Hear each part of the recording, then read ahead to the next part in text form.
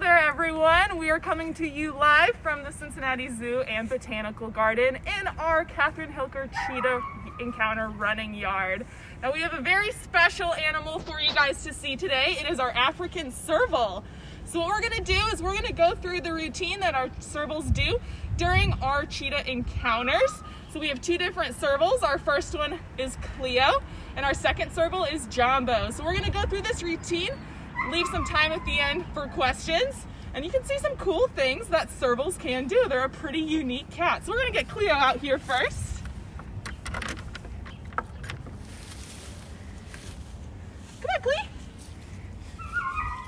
So this is Cleo.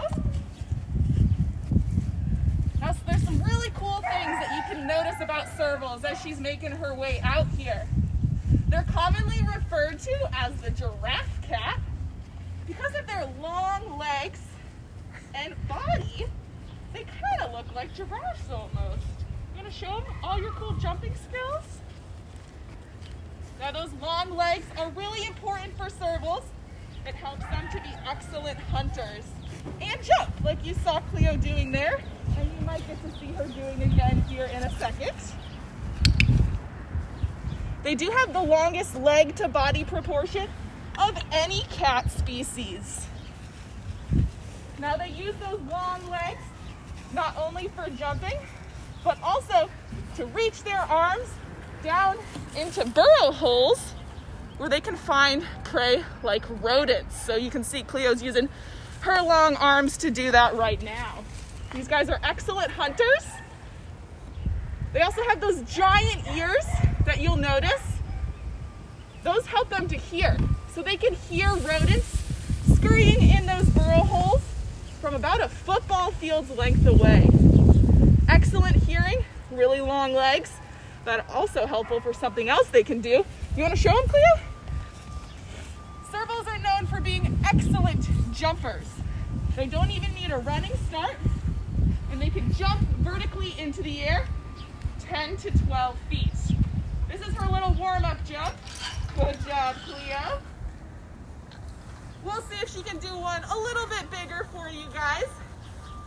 Our servals are trained to jump after these wiffle balls. Don't worry, we don't use real birds here. All right, Cleo, do you want to do a higher jump this time? She's really assessing this yard here today. All right, Cleo, right here. Let's see if we can go all the way up there. Servals, oh, or we can sit down. That's fine too. Oh, okay, we're focused. Servals can jump 10 to 12 feet straight into the air to catch birds out of the sky. Yeah, we'll think about it. All right, Cleo, all the way up. You'll also notice she has both stripes and spots. Good job, Cleo. That's something unique to servals. She has both stripes and spots on her coat. We're going to run all the way home now, and we're going to get her brother out and see if he can do the routine just as well as she did. Now, servals are also pretty fast runners. That's another thing they'll use those long legs for. They're the second fastest cat. Second to, of course, the African cheetah. Good job, Cleo. All right, all the way home.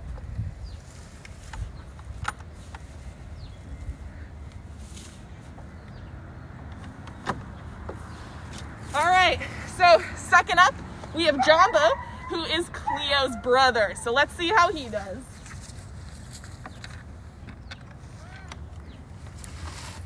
All right, Jumbo. Now, servals, they are actually social cats. You see Jumbo, he'll greet his trainers with a headbutt. That's how they will greet other cats that they encounter, that they are friends with or friendly with in their natural environment. So here for us, that's the trainers. Jumbo, ready? Oh, good job. Wow, careful. He's so excited. Here we go. Good boy. All right, Job.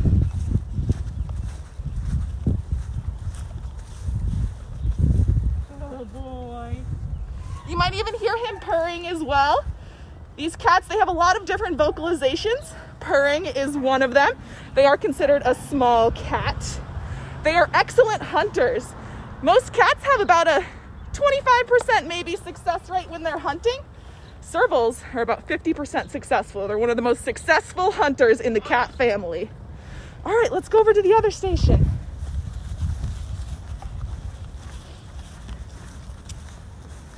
All right, bud. Let's see if he can use the tube as well. Good job, Jumbo. Oh, you dropped your treat. Here, it's right here, bud. Jumbo. Good job. Right here. Oh, there we go. Focused. All right. Now Jumbo's going to see if he can jump like Cleo did. Maybe even a little bit higher. All right, Jumbo, let's do our warm-up jump right here, buddy. See if you can tag that wiffle bird out of the sky. There you go. Good job. All right, that was the warm-up, though. So let's see how high he can jump. You'll also notice on the back of his ears there, he has white spots. And those are called ear spots. Scientists think that those are a way to help confuse predators on their back of their ears there. All right, Jumbo, let's do our big jump. All the way up there. They can jump vertically up into the sky. Oh, we missed it. You gotta tag that wiffle bird. They can jump 5 times the length of their bodies. Yeah. All right, Jumbo. You did an awesome job, bud. We're gonna hang out here for a little bit while we answer some of your guys' questions. Jack asked if they make good pets. Oh, that is a great question, Jack. Servals do not make good pets. They are wild animals, and the only pet you should ever have in your home is the domestic house cat. They make excellent pets and are uniquely suited to living with us humans. That was a really good question, though. Miriam asked if you can tell boys from girls. Miriam asked if we can tell boys from girls. You can the similar way you can tell most animals apart. Also, serval males tend to be a little bit bigger than serval females. Sam asked what is their lifespan? Sam asked what their lifespan is. Well, Jumbo and Cleo, they are 12 years old, which is about middle age for a serval. These guys can live to be about 20, but you're going to averagely see them as the same as your domestic house cats at home. You know, mid-teens is a really good lifespan for these guys. You also notice you can see his nails sticking out there. They have retractable claws, just like your house cats at home do.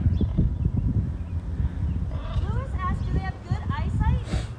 Lewis asked if they have good eyesight. Well, they definitely have good eyesight. You can see right now that he's using them. He can see in our yard, but his best senses are definitely his hearing. That's how you can tell with those big ears, the size comparison of his head. Now, something else that's cool about them is they are what we call crepuscular, which means that they hunt at dawn and at dusk. So that's when they are most actively hunting on the African savanna. Faith asked, do they have any predators? Faith asked, do they have any predators? Well, you know, just like a lot of younger animals on the savanna, when these guys are young, they have a lot of predators to watch out for.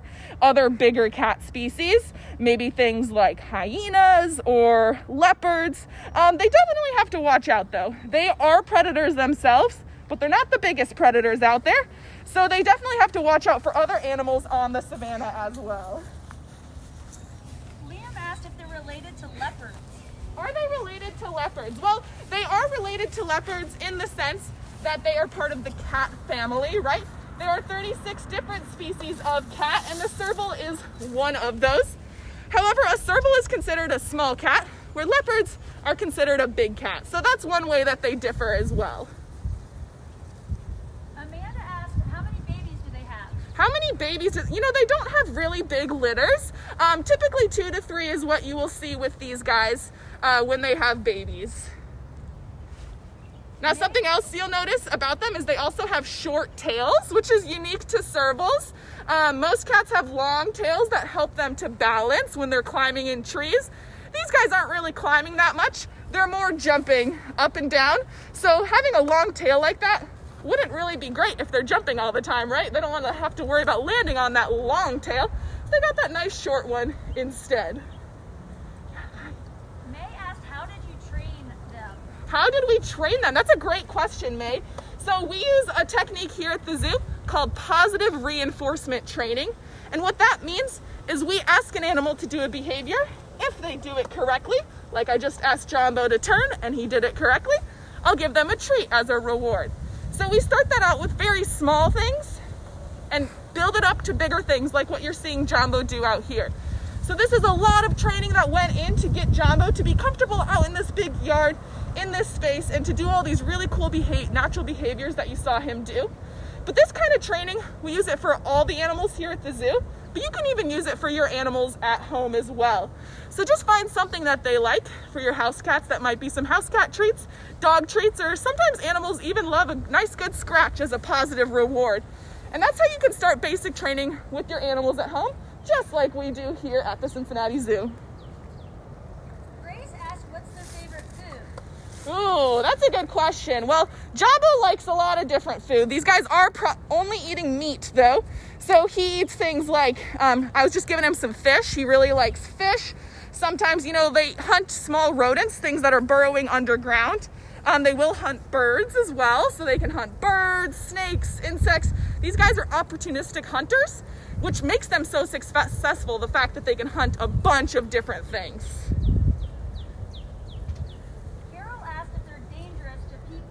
Are they dangerous to people? That's a good question. Well, you know, they are wild animals, so you always want to have respect for the wild animals and their wild spaces, but these guys are actually pretty helpful to people in their natural ranges in Africa because they are such great pest control. They are really good at hunting things like I was mentioning, rodents, snakes, things that people don't necessarily want on their land.